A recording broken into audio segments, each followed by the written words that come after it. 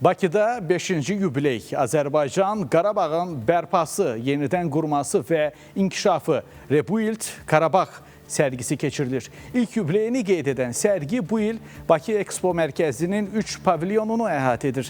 Xəzər İnşaat Həftəsi çərçivəsində keçirilən sərgilərdə 17 ölkədən 299 şirkət yer alır.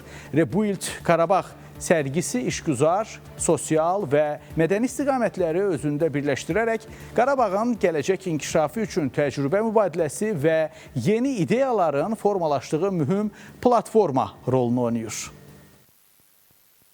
Qarabağ artıq yalnız milli qürurumuzun rəmzi deyil, həm də 21-ci əsrin dayanıqlı inkişaf məkanı kimi formalaşır. Bu fikir Prezident İlham Əliyevin 5-ci Azərbaycan Beynəlxalq Qarabağın bərpa, yenidən qurma və inkişafı Rebuild Qarabağ sərgisinin iştirakçılarını ünvanladığı müraciətdə yer alıb.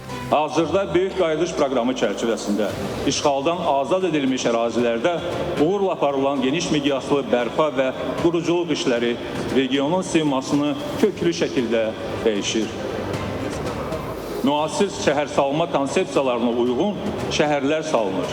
Yeni məktəblər, xəstəxanalar, yol nəqliyyat və kommunikasiya infrastrukturu inşa olunur. İş yerləri açılır. Yaşıl enerji zonaları və sənaye parkları yaradılır. Son 3 ildə Laçın rayonu işğaldan azad olduğu dövrdən onun bərpasının birinci fazası başa çatıb. Prezidentin Laçında xüsusi nümayəndəsi Məsim Məmmədov bildirib ki, burada turizm sisteminin formalaşması istiqamətində atılan addımlar da var. Laçın ərazisində 30-dan artıq yeni müəssisələrin tikintisi başa çatmış, yeni hava limanı, beynəlxalq hava limanı və otel kompleksi istifadəyə verilmişdir.